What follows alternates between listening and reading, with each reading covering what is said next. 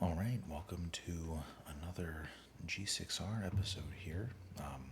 This one is going to be a complete bolt by bolt disassembly of the 2012 G6r. This one so happens to be a Vulcan. This is a factory 2012 Vulcan G6r, which is cool. But we'll do a complete teardown. I don't want to say that this is a, video manual or anything, because we'll save the reassembly, for later. But if you are sending a G6R out to be anodized, this is going to be a great resource because there are a couple different ways that you could potentially get stuck on tearing down a G6R for anodizing. So I'll kind of run through the way I do it. Others might disagree, but here's how I break down a G6R for anodizing here, because it has to be completely stripped. So I start with the grip screws. Like, I kind of start at the bottom and work my way up. So I do my grip screws.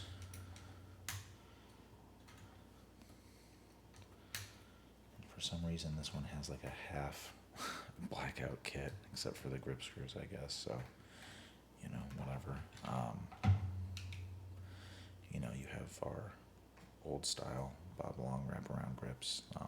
That's the main difference between the Field 1 grips and the Bob Long grips, is this has the indentation here for this portion of the frame. The Field 1 grips do not. So on the Field 1 grips, it just goes like this. And the ingress kind of protection goes all the way around, so you have to kind of cut this out on the Field 1. But force grips absolutely work on a G6R with a little bit of modification. So really the easiest way to start with this is I go down here. If you have a ball end Allen key, that's going to be best, just because everything's kind of at an angle down here. So you have two retaining screws on your ASA. These are the only two things holding your ASA on, so have those really snug. They ship with these kind of modified button heads. These flat ones are the very low profile hex heads. I don't think it's necessary. I mean, you could fit a regular one in there. Your batteries still fit, but another case of proprietary screws on a G6R. So just as a little overview on this as well, you can also use a number 4 O-ring in here. This calls for, in the manual, a specific, I think it's like a 4.5 millimeter O-ring. That doesn't really work super well. So you'll get like squeaking when you air it up. So, I always replace that with the standard version, but that's the only O-ring really that needs to be serviced in this whole ASA. So that is your air transfer passage. Air up your tank, the air comes out through there into your frame there. So that O-ring is critical. If your ASA is leaking, it's that O-ring, and that's how you would take this off and get to it. Other thing, if you don't understand the cam drive ASA, I can see how you could be frustrated by it, but I love the cam drive. I think it's a beautiful ASA design. I don't love how short these screws are. I've yet to strip one, but it's something I worry about. But here's a tip for all of you cam drive guys, as we'll do a kind of mock reassembly here. So one, I use a pair of circlip pullers on this little brass fixture in here. There's nothing really retaining it. You just have to give it a little and pull it out. There's really not a great resource on how these go back together, so we'll do that here. So you have 3 pieces on the inside of this here.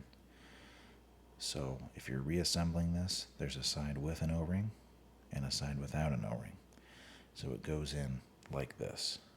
So this is towards your tank, goes in like this. This O-ring seals against the side without an O-ring, And then this is grooved, so you want the ball end facing this. So this is how it goes back in,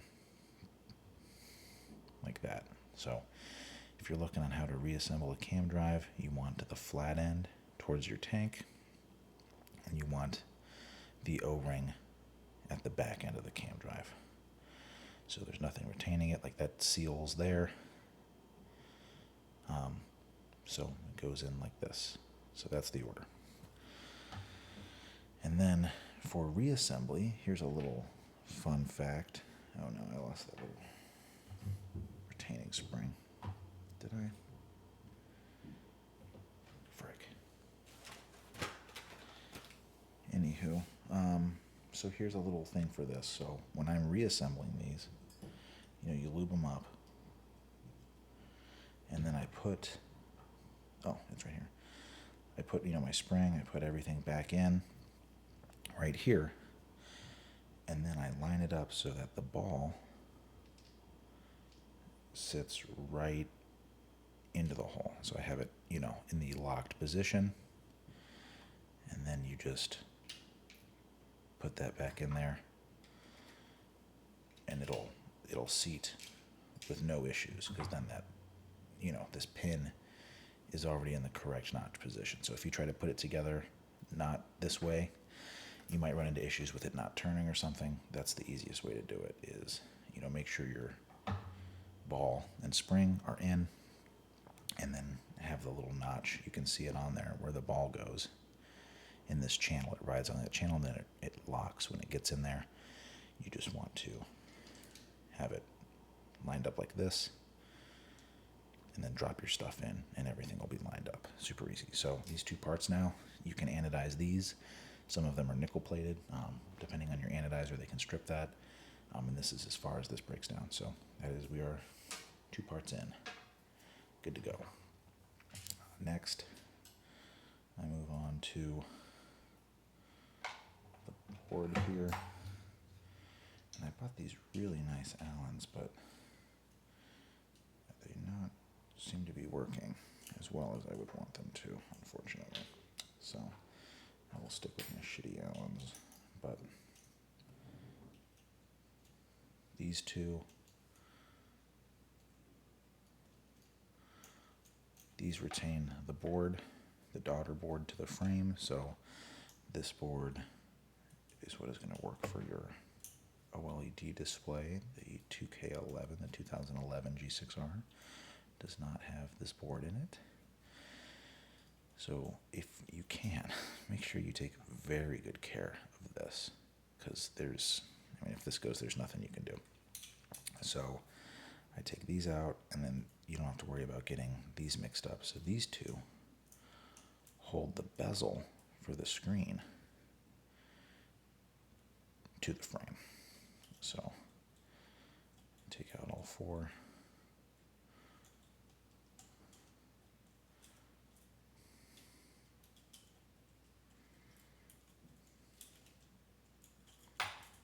Your bezel falls off. Do not lose your power button. That's a fucking chore. So then I, have all my screws. They're all interchangeable, so no worries on that. This, you can send this off to Anno as well. I have one that is not nickel plated that I am going to include, so I'll put that off to the side. But normally you could just throw that in the pile too. Which brings us to this board. So you want to remove it without doing any damage. And the best way to do that is to kind of just push everything through. And you can remove this if you want, like if that makes it easier for you. Make note of it going within the battery prongs like this. Like, this is really nice cable management, how this is set up. But pop this out, pull this through, and you've got this in one piece. You don't have to worry about these fucking ribbons. Drop that off to the side, and you're good to go on your frame. Beautiful. Working up from there, and you'll notice it's really just one Allen key this whole time, so you got to give old Bob Long a little bit of credit here. which brings us to this trigger. This one has been magnet mounted, it looks like here. What the fuck? So we will take out our set screws. Can't send any steel parts in, so you got to take out your set screws on your trigger. Ugh, this thing's fucking glued in here. Terrible. Who would do this? I'm not going to be able to get this out. I'm not going to be able to use this trigger. Or it's going to melt out, which, also fine, I guess. I just kind of take my Allen wrench like this and go like this to just pull out these bearings. I would say 50% of the time they're old and they're shitty and they're going to break. I just replace all my bearings. This is a consumable for me. So I might not even, these are broken already. This trigger's in bad shape, but there's your bearing comes out. There we go. So bearings out. These bearings can be had for pennies on Amazon, so I just always put new bearings in anyway. No sweat on that. But if you're trying to preserve these bearings, there's a couple parts that I have not found a good way to preserve. But this is just like a standard part. It's not like a Bob Long specific bearing or something. So there we go. Okay, trigger's good to go. I'm going to have to talk to my anodizer and see if this is going to be an issue. If he can grind, pop that out or something. Who knows? Normally, you can figure something else out. So this is, going pretty well here. Moving our way along.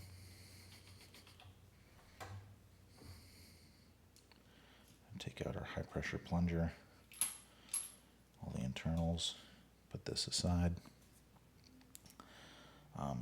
If you wanted, you could probably, make a mental note, pull out your pressure tester and, make a note of where your pressures are. So that way when you're rebuilding this, you don't have to retune it. You can just set your pressures back. But, with any kind of anodizing, there's going to be a little bit of fluctuation in tolerances. So either they're going to be built back up a little bit or ground down a little bit. I would just say if you're anodizing your gun, just plan on rebuilding the whole thing. Just plan on retuning it. I use this opportunity to do new shraders as well. Doesn't look like there's anything wrong with these. They were working, but so, why not new shraders though? So the only other thing I'll say, once you get to this section, you don't need to fuck with this part. This is not something you normally need to mess with. So, don't. But if you're anodizing your gun, you do have to get it off. You're going to do a torch. A little bit of heat. Break up that Loctite. Probably not enough heat, to be honest, but I use these same pullers. Okay, yeah, there we go. Great. So you can see that this is shredded in there. This is our most important O-ring up here. Pop that out. And this is your whole piece. Good to go. This is good to go. There is also a small O-ring inside of here as well. And by small, I mean huge. But, you don't want it to melt when it's getting anodized. So I would always recommend pulling all your O-rings out. So good to go on that front. Let's take the LPR off. Okay, this one is not keyed, unfortunately. I don't know why some are and some aren't. It's just, different production times. So measure that out. Come back to that because I got to take our adjustment screw out. So again, if you're trying to like remember how many turns, just, we're just taking this shit apart. Don't plan on putting it back together and everything working the same. So that's your adjustment screw. This is keyed though, fortunately. So let's find our Allen that fits in here. Perfect. That's probably a bit too loose, to be honest with you.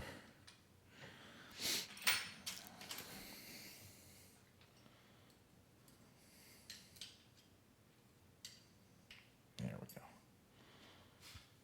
All right, so you have to take the adjuster screw out because this is, and then remember, this is reverse threaded.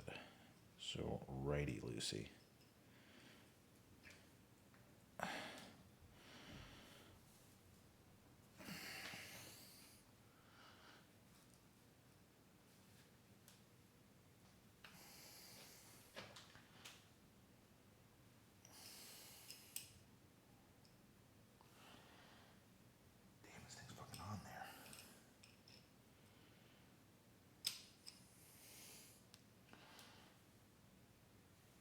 Who would do this? Who would Frankenstein tighten this so hard? What an asshole. Man. I just got this gun in.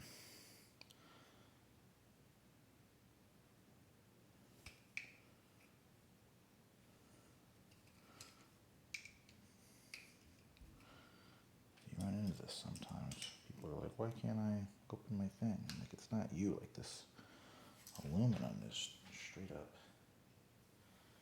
bending. Do they Loctite this? Are you an asshole?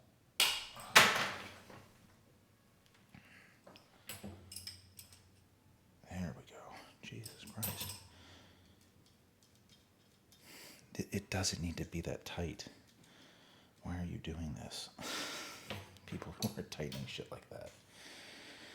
Because you need to do maintenance on these. So, anywho, you'll see that this is all hollow. No O-rings in there. This is just a little, I don't want to say spacer, but your screw presses against this. So that is what we're going to use to put equal pressure over this spring. And this spring, that pressure, there's the plunger. So similar to the plunger in your HPR, that is your LPR plunger. You can see this one has never been fucking cleaned. And then there's your LPR Schrader valve. So you got your plunger. This is popping open the Schrader back here. That's your airflow. So we just need this cap. So all this internal stuff, we'll put that to the side. Don't put your caps on that tight. Ridiculous. Embarrassing me. All right. So then I kind of get into separating the body halves here. We do want to hang on to our eye covers. Looks like we got a nice set of super detents in there already. Love that. 2 CIs. Great.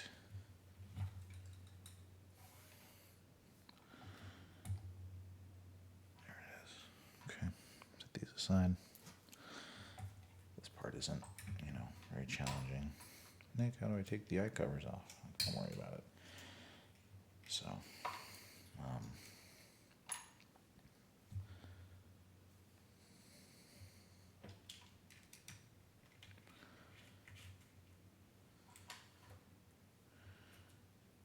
but do remember, one of them is 4 wires, one of them is 2 wires.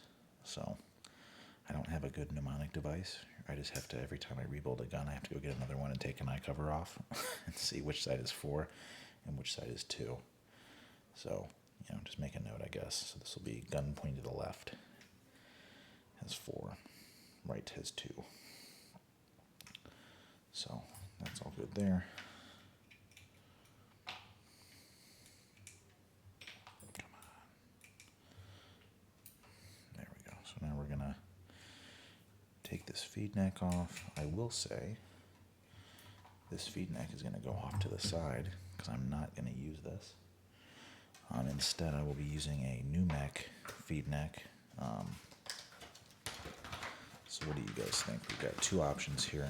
We have their no rise, very sleek, and then their regular. Maybe I'll go regular this time around. My other Vulcan has a no rise.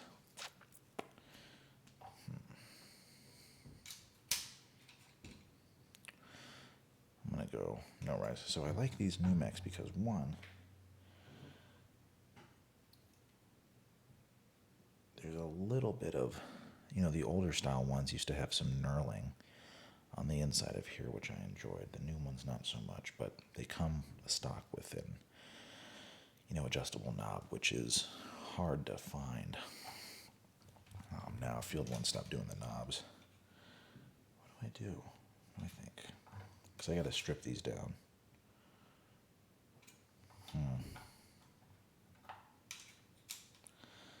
Should have decided before I started this. I'm gonna go no rise again. I think the no rise looks good on the Vulcan. So, I have all new hardware. I don't like these cheap screws that these new mechs come with. So when these come back, I will replace them with stainless hardware.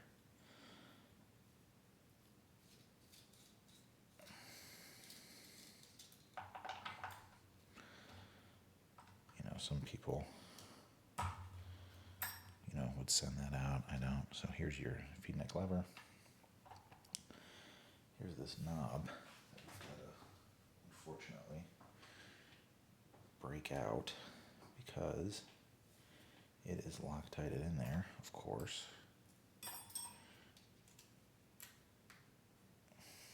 So bear with me.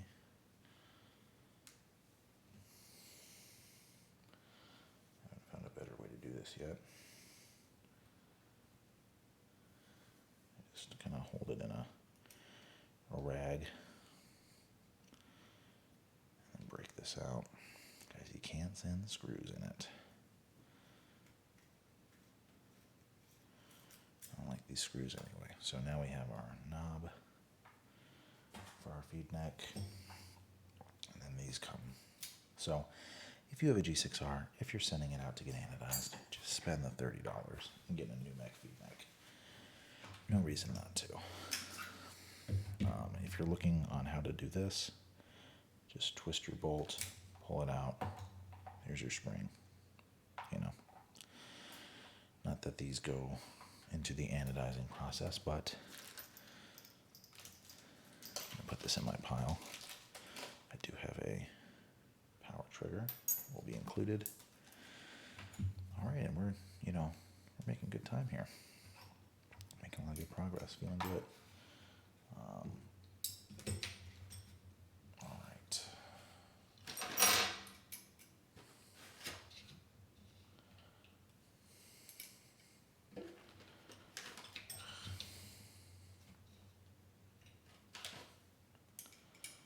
There we go. Okay. So this is where it gets interesting. Let's see. Oh, nice. So this, of course, you want to take this O-ring out. And you see what I mean? Like, people do not respect these O-rings. Like, this shit is destroyed from being taken on and off. This whole gun is pretty dirty, to be honest with you. But that's going to get replaced. I mean, look at the condition of this. It just got pinched. I know this gun is shooting like shit without even shooting it. So this, your little ram bumper, I, to be honest with you, have not found a good way to get these out without destroying them. So I bought just a 20 pack on Dirty Works. I leave them in there. They just get melted out. When they come back from anodizing, I just pop a new one in. So if you know a good way to get these out, let me know. But otherwise, just treat this as a consumable. Like, there's really not a good way to get those out. So, c'est la vie.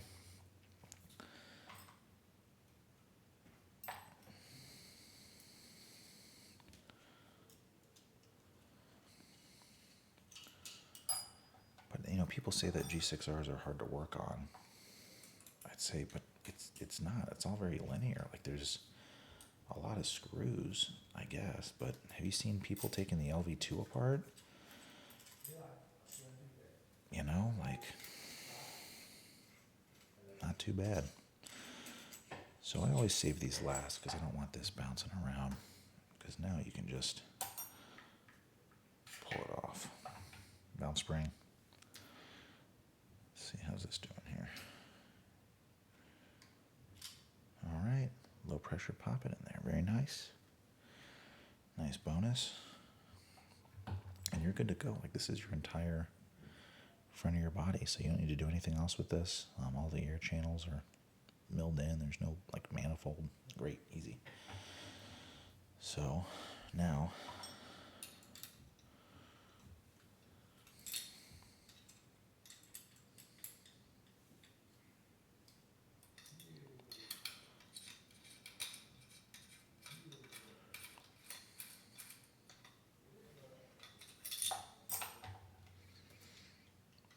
and voila.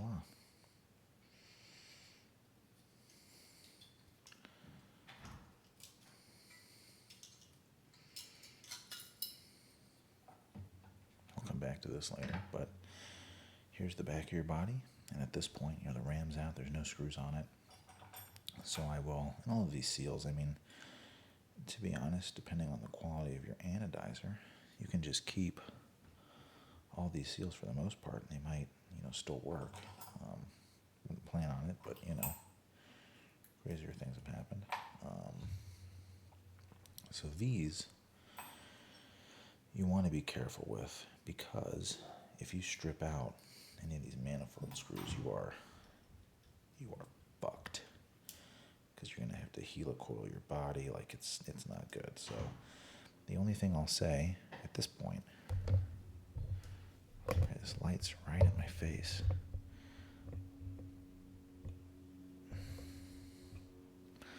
The only thing I'll say at this point is be very delicate with this manifold.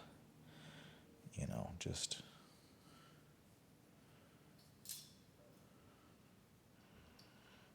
be delicate with this. So you'll notice I'm not doing anything. The first order of business is just get this manifold out. And a lot of people fuck around over here with this side of the hose. I do not. And I'll tell you why. Because I don't want to be fucking around near the solenoid, near the manifold. I don't want anything to do with that. So, you know, let's take out our manifold screws. Long one goes in the middle, in case you're wondering. This just eases out then. You know, great. And then, here's the easy part. This low pressure hose, you just want to grab it close to the barb back here.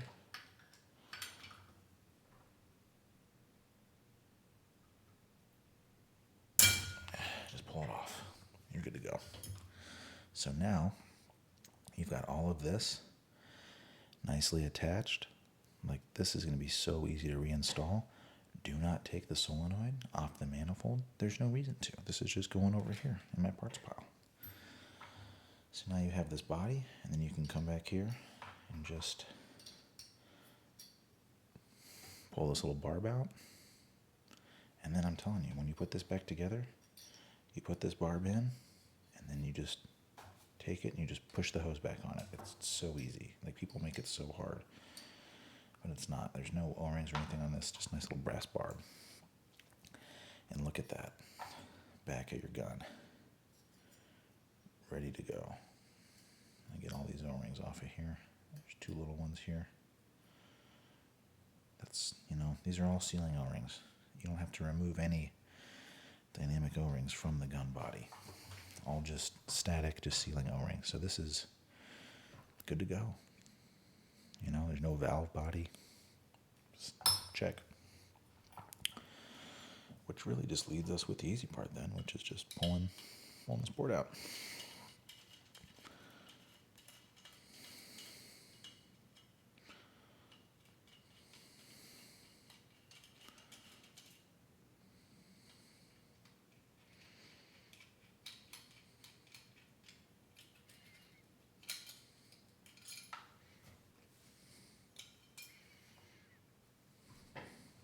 That's it. You know, so fun fact, you know, that's an O-ring. That's the one that used to blow on the 2K11s if you weren't using a low pressure tank. You know, the O-ring between the body. So this goes, you know, directly into the manifold.